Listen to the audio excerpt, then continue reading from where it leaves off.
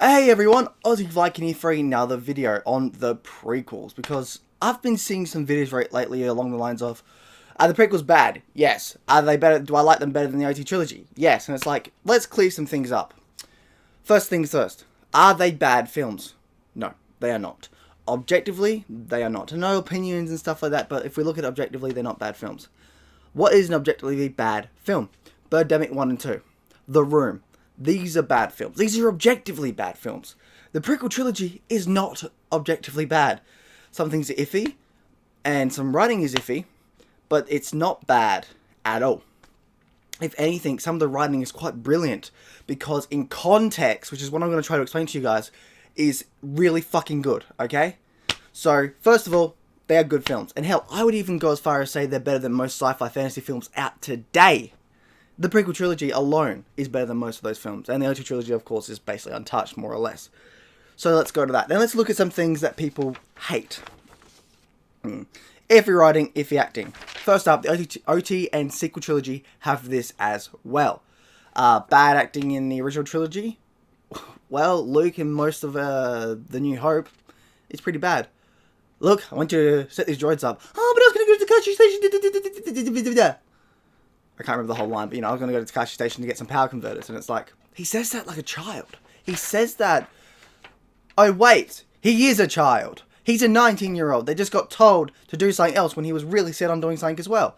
It happens. That's what people is. It's called realism for a character. But, for some people, that is considered iffy acting. And to an extent you could say it is, but in context here, in another perspective, another view, which is a literal theme in the original trilogy, it works. Okay, you can disagree, but those are valid views to have in terms of how it works. How does that go to the prequel trilogy? Well, Anakin in Phantom Menace is a 10-year-old being played by a 10-year-old acting as a 10-year-old. There are people out there that still complain about the whole, oh, he was a 10-year-old thing. I'm sorry, but if you're someone that has that opinion, I'm gonna shut off. If you say you hate the Phantom Menace because you thought Anakin was a 10-year-old because he was a 10-year-old and he was acting too childish because, well, I don't know, he was a child, I give up. I'm not gonna listen to your opinion anymore, nor am I gonna care, because in context, a 10-year-old acting like a 10-year-old playing a 10-year-old is fine, because he was supposed to be a 10-year-old. Let's go to Attack of the Clones. He's a 19-year-old unstable human being. Like most teenagers, most 19-year-olds. Hell, I know a lot of 30-plus-year-olds that are like that. Worse, even. He was fine. But that's the OT trilogy stuff. Let's look at the sequel trilogy. Let's look at bad writing and bad acting in the sequel trilogy. So The Force Awakens. Who talks first? You talk first or I talk first? It didn't make any sense. The scene builds up so well, and all of a sudden it's just a stupid joke. I'm sorry, I personally think that's iffy writing. Stupid writing, actually, but hey. Or, let's look at the most recent one, The Last Jedi, which has a lot of problems that people go crazy about. I honestly think The Last Jedi has more problems than any of the original trilogy or prequel trilogy films ever. Although I still find it better than Force Awakens, because it at least has imagination, unlike that disgustingly fucking stupid film. Anyway, here's The Last Jedi one. It's re-engineered Death Star tech. It's a laser battling ram. Poe, right next to him, goes, "What's that?" He literally says, "What's that?" Oh, I don't know, maybe it's a battling ram that has a freaking laser attached to it. Just saying, I mean, makes sense, doesn't it? The name in the word, it's like a lightsaber being a lightsaber. Just saying, you know, Poe, just saying, that's iffy. Yeah, it's iffy writing right there. And acting-wise in the sequel trilogy, I would say most scenes was Rey, but again, that made sense because it was her first big movie, which also is why, in a way, the acting made sense in the original trilogy, because again, they just started acting in big films, and very similar to the prequel trilogy where they start acting in big films. But there's more depth here, and we'll go to that later. So, we've touched on iffy acting, here's another thing with the dialogue. Look at episode 3, Revenge of the Sith. A lot of people, when Anakin became Vader, which I thought was fucking awesome, a lot of them were like, some of his lines were iffy, such as, "You underestimate my power." Now, here's the thing. Some of his lines, he says, in that end part, is very reminiscent to what Luke says as a Jedi in Return of the Jedi to Jabba. "Jabba, you underestimate my power. If you do not if you do not listen to me, I will destroy you. Okay, iffy writing right there. I will destroy you. I'm sorry, but you should have said something more along the lines of, I will fucking kill you because you've got my friends. Would have been more suffice, I think, personally. So, again, that's something with the original trilogy you could say is iffy writing. Again, context, perspective, and stuff like that. Which is what I think is something that... I think that's true, because that is a bit like, you could have added more. But on that, though, his acting in that Return of the Jedi... I'm not gonna lie. In Jabba's Palace, Luke's acting was very strange to me. It felt he was trying to be too calm, too wise, but he just didn't pull it off.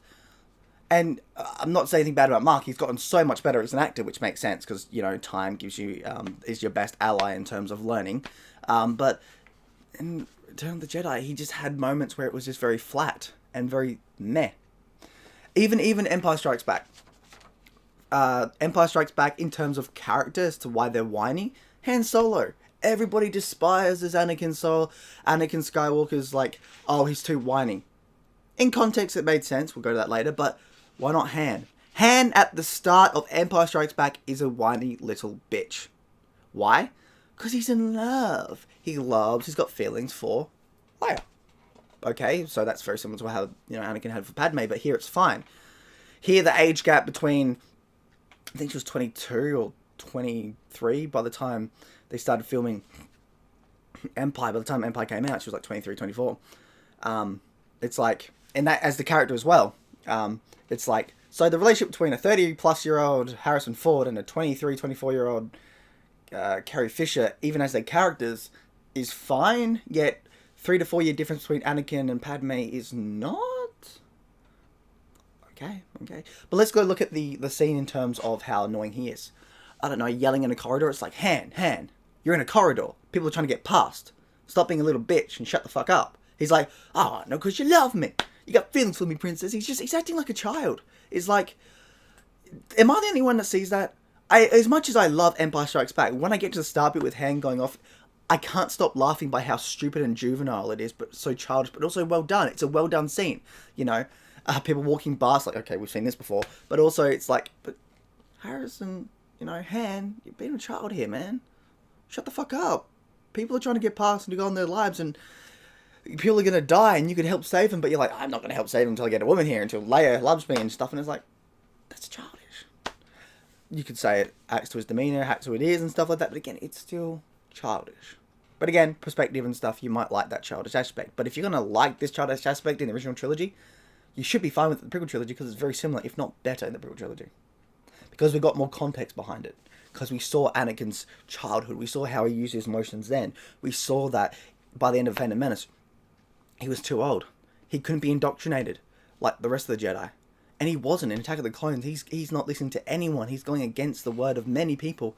He has these emotions and he's going for them. He's trying to get rid of them by actually talking about it. That's not what Jedis do. They're supposed to just throw it away. They're not supposed to feel it. He goes against all of that. That's why I think Anakin's a better character in all of Star Wars. He's the best, I think, because he's emotionally unstable and broken. But I can understand why people don't think of it. Now, another thing that I thought was interesting was in Hayden's Vader. I know this is all over the place, but I'm trying to follow this, but there's so much like side stuff I've got to talk about that comes back to this, but okay. Stuff like that. It's also a very hot day. It's 40 degrees in Australia. Like, thanks Australia. Like, Australia's so hot that Satan's probably outside like, no, this is too hot for me. I'm going back to hell. That's how hot it is. So, you know, Hayden's Vader, okay, we've established that it's very similar dialogue. Even the acting said by the similar symbiotic dialogue and how poetry and stuff like that. It's still pretty bad in the original trilogy as well. Or iffy, by my terms. Another thing is Hayden's Vader's mannerisms are very coherent with James L. Jones. Hayden Christensen playing Anakin, if you were to compare the voices, not the voices, but the way that they're said, the way the words and dialogue are said in the films, they're very similar and very coherent with how it's said in episode 4, 5, and 6 with Vader. I thought this was brilliant, and actually upon learning this and looking into it and being like, oh my god, he's right, I was very surprised. I was absolutely surprised that such a thing actually happened. It's a very nice and actually adds depth to why his talking isn't as natural sounding as other people, because he's not supposed to. Because people complain, oh, but the reason he talked like that was because he's got the suit on. Well, maybe it's just also mannerisms left over by him as a teenager, child, and stuff like that. But my biggest one is how people love to say stuff about Hayden Christensen's Vader when it's like, it's not good writing. It's not as majestic writing as it should be. But again, this is where the context comes in. Let me give you this. Think of it like this. Anakin had just turned to the dark side. Before that, he was emotionally unstable. Now he's more so emotionally unstable because the dark side's through him. He's just slaughtered everyone, friends, and in a way, family. And he's just killed everyone. Why? For the woman he loves to save her life. But what happens? When she meets up with him, she denies him. She denies Anakin Skywalker. She denies Vader. She denies who this person saying before her is. And that's when he breaks. He strangles her. He's taking that life force away from her. He's hurting the woman he loves. Anakin's gone. Vader is complete. He's emotionally unstable. He's a true Sith Lord now. He's got nothing to hold him back. And what happens? He's angry. He's emotionally unstable. Everything's... You could just imagine the way you look at that scene. Everything's going 100%. All the pistons are firing. And his dialogue attaches in coherent form to who he is in terms of his emotional unstableness. Why? If you're angry, when you're angry, times that by about 1,000 to what Anakin's feeling. But also, when you're angry, you're not going to start shouting dialogue that's like Shakespearean. You're not going to be Shakespeare here. If you're angry and you're just riled up, you're not going to be very coherent with what you say. And you're not going to be very emotionally behind that. There's not going to be any emotion behind that. You're going to be angry. There's a reason why people are like, oh, but he doesn't have much emotion behind his words as Vader. Because he's angry. That's the context.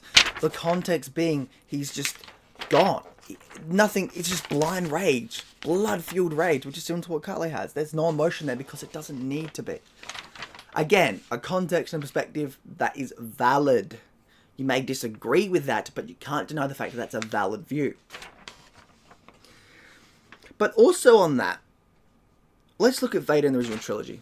He was angry, and he was childish as well. I know, oh my god, what, you're saying bad things about Vader in the original trilogy? It's true. You know why? Look at it like this. When Vader, the first time we see Vader kill someone, it makes sense, right? It's a rebel, he's like, he wants the plans, he gets angry, what does he do? He kills the guy out of anger. The first thing we see Vader in, he kills the guy out of anger, instead of coherently thinking. Very reminiscent of how he is in the prequel trilogy. Because he's the same character, more or less, in terms of, Vader being Vader, and emotionally unstable Anakin, and stuff like that. Makes sense. But then we go to more into the New Hope.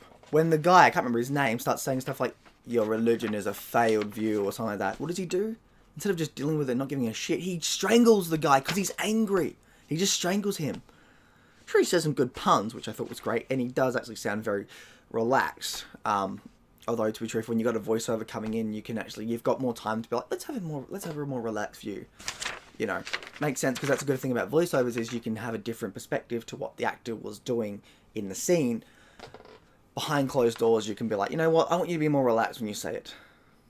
Which, I get it, makes sense, but there's also that's some behind the scenes stuff, But he's very angry there, and he just strangles the guy. And then you look at when he kills people. I'm sorry, but that's childish. As much as I love Vader, killing people because he's angry, and they failed him, was dumb. How many people do you think he's killed? Over the course of 20 years, 20 plus years by the end of Return of the Jedi, he's killed because he got angry, because somebody failed. A lot. He's probably like a starship for all we know. But it's a lot, and it's really dumb by a lot of standards. First up, why would the Empire, or the Emperor itself, be like, yeah, you can kill my men? Why? You're literally taking resources away. 1 or 2 might be fine, but when you kill hundreds, which is probably what he did, it doesn't really match up to what you want to try to do as an Empire, does it? And it's like, what Vader could have done? He could have tortured them, which we see in the original trilogy. He could have just tortured them and said, look, you fuck up again, I'm torturing you again. We don't see any of that. We just see him kill. And from a different perspective, if you pull yourself back from that nostalgia, it's very childish. Whether or not you agree, it is a perspective that is valid. That's the context side of things. Now let's look at the other thing from the prequels, the story. I think overall the story was great. It's very different to the OG trilogy. Why? There's more to it. Everybody complains about things like politics, but politics were in the original in episode 4. There's a 2-minute scene about politics. It's not as in-depth as, say, the prequel trilogy, but it's there. From the first ever Star Wars film, we got politics. Again, not overly crazy, not like full scenes. But again, we got politics. That was in the very essence of the first Star Wars film. Politics. It was there. The Republic has now destroyed the Emperor, now has full rule. And they're talking about the old Republic, they're talking about the Empire, they're talking about the Senate. They are talking about the politics behind it all. And it was honestly interesting back then, and I found it interesting now with the prequels. Because I like that in that story. It adds a new depth, because the prequel trilogy to me is smarter than the original trilogy. It is. I think it's personally smarter. You've got to piece things together. Elements from episode 1 to 2 add up, and they make sense. They actually combine to each other and actually make story elements from episode 1 make sense, and story elements from episode 2 make sense, and stuff like that. And then episode 3, they come together as one big story, and they do feed off each other. Very similar to the OT trilogy, but the OT trilogy was very black and white. It wasn't grey. There wasn't many morally grey areas.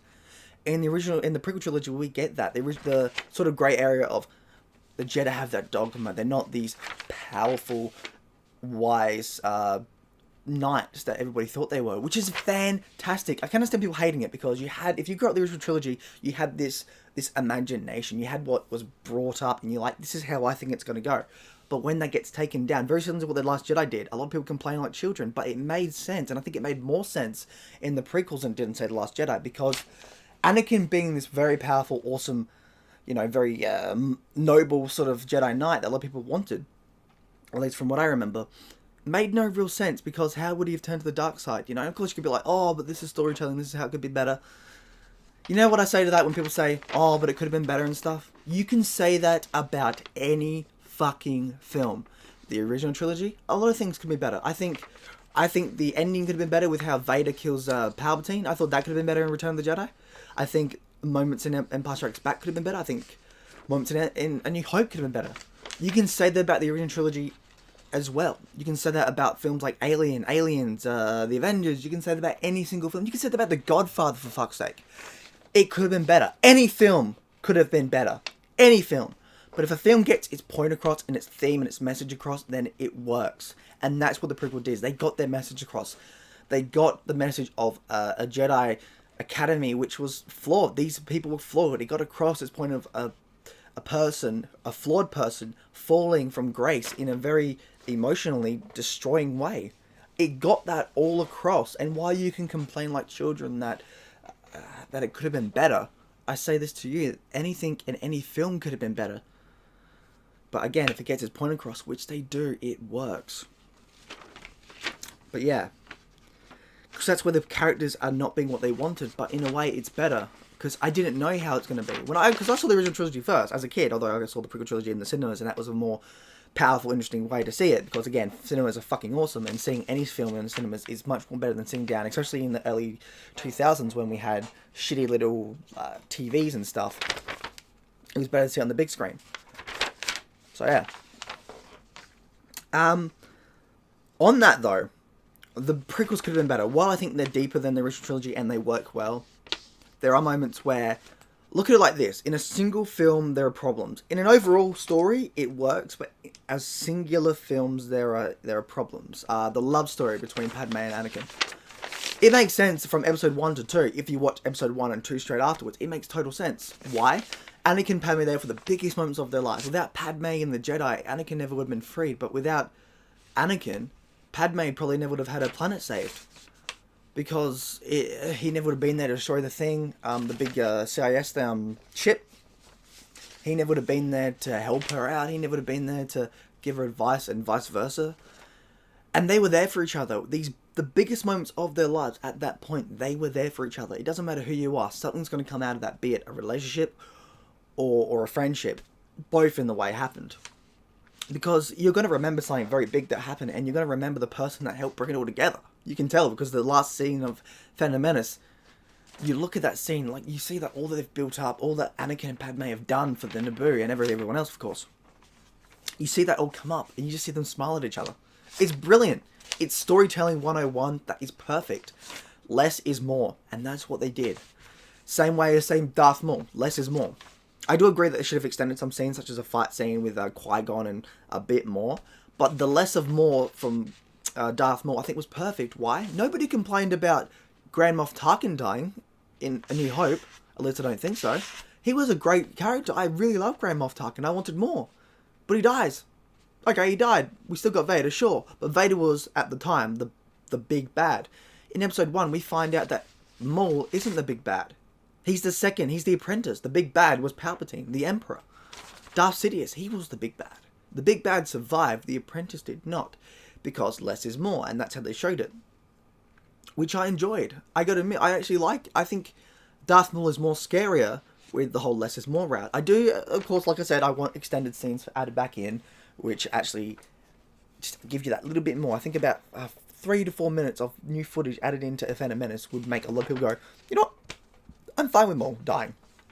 Because it's not against how Star Wars was at all. The original trilogy, very similar. Very similar. They killed off a lot of their villains. Episode 1, Grand Moff Tarkin. Episode 2, no, they didn't kill anyone in episode 2, at least no villains I could think of. Episode 3, they killed Boba, they killed Jabba, and they killed the Emperor. Villains have always been a problem in a way for Star Wars. But the prequel trilogy did it better. Maul made sense. He was the apprentice in the context that he had him and he had to die. But he died well. He died going down fighting. He did stuff. He hunted down the Jedi. He hunted down Qui-Gon and Anakin and all that. He hunted them down. He fought them. He killed one of them. His own hero was caught in the way and he died. But he did something as a character. He did something. And his death felt worthwhile because it was, in a way, gained. He gained that death by everything he did. Unlike a certain character called Snoke. Or even Boba. I think Darth Maul, if you were to compare him to, say, Jabba, Boba, and even the Emperor from the original trilogy, Darth Maul in episode 1 is a superior villain. And then we move on, unless you count, obviously, the Emperor being fleshed out in the prequels. Then, obviously, the Emperor and Vader would be, but singular times, Darth Maul. But then you get to the second one, you got Boba, Jango Fett. Jango Fett is a better character than Boba, and Boba actually got fleshed out as well in that. They became better villains for it. Dooku was just a badass, and while yes, we complained about him dying very early on in episode 3, he still was a fantastic villain, and he worked. He was very powerful. He had a sense of driveness to him. He obviously felt a dark side and all that, but he's just a very good villain. He was powerful, you know? I love that. And his death in episode 3 was again earned, because the time skip and the context of what was going on, he had to die. Because to end the war, to end the Clone Wars, which was going to happen, they needed to die. Again, via the rule of 2 by the Sith, and also because Vader needed to become the next apprentice. And he did what he was going to do. Vader killed Dooku. It was fine. And then you obviously had General Grievous, which, even for a singular film villain, he did pretty well. He's probably, I think Grievous more so in episode 3 was on par in a way with Boba. He looked cool, he did cool stuff, although even then, Grievous actually died an honourable death fighting Obi-Wan and actually did really well. So in a way, you could say Grievous is still a better villain. I think the prequel trilogy villains are far superior to the original trilogy and even sequel trilogy. Phasma, fuck off with that shit, she sucks. She didn't do anything. She gets one cool fight scene, which she didn't earn. If she was a badass in episode 7, then her death scene would have been fine in episode Last Jedi, which, okay, spoilers, I guess. And yeah. So, even by that standard, the prequels are superior. And again, if you agree, disagree, that's a perspective you're willing to have. I think the biggest, though, the biggest scene is the deleted scenes. Again, the Anakin Padme one, when I was talking about that makes a lot more sense with the deleted scenes. There's a deleted scene, which as a singular film makes sense. I know I kind of like moved around there, but... So we saw the scene as in episode 1 to 2. They come together. Love story kind of makes sense. It's acceptable, right? It's good. I would go as far as say it's good if you watch episode 1 to 2 and you know pay attention to all the little details. It works. But then you get to the Attack of the Clones as a singular film. It goes from working to just being okay, unless you bring in deleted scenes. There's a deleted scenes which are perfect. There's so many deleted scenes in episode 1, 2, and 3 that should not have been deleted. 2 and 3 more so. But good thing is they are considered canon. The creation of the rebellion by Padme and Mon Mothma, which even gives more backstory to Mon Mothma, and even to the foster father of Leia and the rebirth of the rebellion. It works. It gives a great backstory to all that, and it comes together and makes it a very good poetic story, where the father helps create the Empire, the mother creates the rebellion. I fucking love that, and it's considered canon, and I'm happy that out of all the shit Disney's done, they consider that canon. And also the love story sort of between Padme and Anakin in terms of them going to see the parents, which even in film is canon. So in the deleted scenes of episode 2, which I'll hopefully show up here, it really depends on how YouTube's going to take it, but in episode 2 there's a scene where Anakin and Padme go to meet her parents. And it's got one of the best scenes with R2-D2 playing with kids and just rolling around in circles. It's fucking great, and this scene should really be put back in. So there's this great scene where they're doing that, and they're sitting down for the table. It's near the start of the film before they go to the boathouse, so there's a really good... It's part of that happy feel in a way. It goes from dark, happy, but then it goes dark, dark, dark, dark, dark. And this was a really good happy moment for Anakin, and it makes sense when he flushes his emotions out. It made sense after this scene, because in this scene, he's meeting the parents, he's got a good relationship with them, and then there's a scene where Padme's talking to her mother and her sister about it, Anakin, and she's like smiling at him and like, huh. You know, she opens up to him, and it makes a lot more sense, their love story. And it's only 2 to 3 scenes, which really should have been added back in. I really, really feel like if you were to... the big problem with the prequel trilogy for me was those deleted scenes being taken out. And while they're canon, we haven't got a version of the films which have them added back in, which is a shame. Unless you have a fan edit of the films, you're not going to get that, which is a big shame because they add so much depth to the prequels that for me, that's one of the reasons why I love watching them. Because I have all this side story in my mind, which is canon and actually in the films to an extent. If you, again, get that fan card or make one yourself, it works, and I love it, and I just want more. But yeah. Also, I think the biggest one people complain about, well, obviously there's stuff like, oh, it's too much CGI. That's complete bullshit. Even to this day, it's been proven wrong so many times. There's more practical effects, miniatures and dolls and stuff made for the prequel trilogy than a single film in the prequel trilogy has more special effects and practical effects and miniatures and models than the entirety of the OT trilogy put together in a single film. It's been proven time and time again that that viewpoint is wrong. It is objectively wrong. And the only downside with the prequels was the blending. The blending of the frames at times look perfect, and the blending of the frames at times look iffy. Because this was new technology. You're going to have problems with new technology, but as it is, it's perfect. When you go look, I'm going to post some photos up now, but go to and look for practical effects in the prequel trilogy. And look for like the forums where it's just got photo after photo after photo. And look at the pieces where it shows the ones where it's, this is the film version and this is the practical version, and you look how well they've been merged together. You know, there's like in Attack of the Clones, a lot of the, sure, the clones were CGI, which actually still look pretty fucking good today, I think. The walkers and the vehicles, they were on miniatures, and then the exploding were like gibs and just being put into the model and just exploding. I'm like, that's fucking brilliant. I did not know that, and I'm watching it again, and now I can actually piece out what is practical and not. It's fun, it's worth it, and awesome all at the same time. Another thing is people complain about Jar Jar. So we've got special effects. The biggest one is Jar Jar. Now, I don't think he's the worst character, but I don't think he's the best either. He's in the middle. He's okay, right? As a character, he actually works, right? Because he's trying to fight for his home. Of course, Lucas, I do believe, dropped the whole idea that Jar Jar was a Sith Lord. They dropped all that, which, okay, that's fine, you know. But in terms of as a character from what we got, he does really well. He helps these people that helped him. You know, he helps these people that saved his life. And he could have just run away. He could have been like, alright, yep, alright, cool, I'm in Naboo, I'm going. But no, he tries his best to help. He tries to fit in. He's the kind of guy that just like, I'm not the perfect guy, but I can help. And what's great is he gets some great dialogue in terms of what he does. Padme, or okay, the Keira Knightley Padme, I guess you could say, or the Keira Knightley Queen of Naboo. There's that scene where she's like, we can't go and help the Naboo because we've got all this politics. And what does he do? He's like, no, fuck the politics. Jar Jar's literally like, fuck the politics. Let's go save our planet. He literally gives them the best advice. He helps bring together the Nabooians and his people together to fight the CIS. Or I know they weren't the CIS at the time, but separate for this point of view. He does his best to fight. That's a good character trait.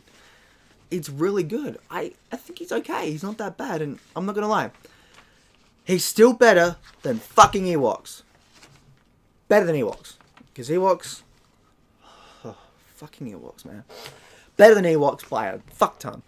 And, okay, if you don't like Jar Jar, fair enough. But you can't even do it. But you got to admit, the Gungans in general, for what they are still pretty damn cool. Their technology being like technological and mystical at the same time. The underwater cities, I fucking love that shit. I thought the Gungans in general, even as a kid, was pretty damn awesome. But yes, that's my view on the prequel trilogy. I could definitely talk more, but it's getting really hot, even though I've got the air conditioner on. And this minute is going up to 30 minutes. So, yeah. Those are just some bullet points. I really could talk more, but I really hope I didn't come off as, like, annoying git myself. I know that sometimes when I get really into something and I've got something to explain, I can go on and on and on. But I hope for some people this is an insight to the context, the different perspective as to why you can like and even dislike the prequel trilogy. Because in the end, I look at it like this. It doesn't matter what you like or dislike. There's always someone out there, another man's trash, another man's treasure. But here's the thing. If I have to listen to your shit when you say why you hate the prequels, and I have to go listen to every single bit, and you do not listen to what I say, it's like, alright, you hate them, here's my point of view as to why I like them, and you just go like, nah, fuck this and off, then you're a cunt, okay? I respect opinions, but if I have to listen to your shit and you won't listen to my shit, then you're a cunt. Just saying. Because I get it. Star Wars fans are cancer to their own fanboyism. They are. Nobody hates Star Wars more so than Star Wars fans, and I can understand it. Like, if you grew up the original trilogy and and the prequel trilogy was completely, vastly different to what you expected, you're gonna feel destroyed. Very similar to how people expected this from Last Jedi, but they got this from Last Jedi. I get that. I absolutely get that. But that's just a very simple-minded view, I believe. And I think if you look at different perspectives and different views, you can get a really good idea of what's going on. The prequel trilogy and any film, for that matter. But hey, this is a divisive fight that's going to go on and on forever. But I hope I at least explained as to why they're not objectively bad films. They're actually objectively good films. I think they're better than most Star Wars fantasy films. I mean, most fantasy sci-fi films in general. And I think they're fantastic. I think they do things better than the original trilogy. I think the problems with the sequel trilogy, prequel trilogy, and the original trilogy are combined. If you're acting, if you're writing, that's in all the films. All the films.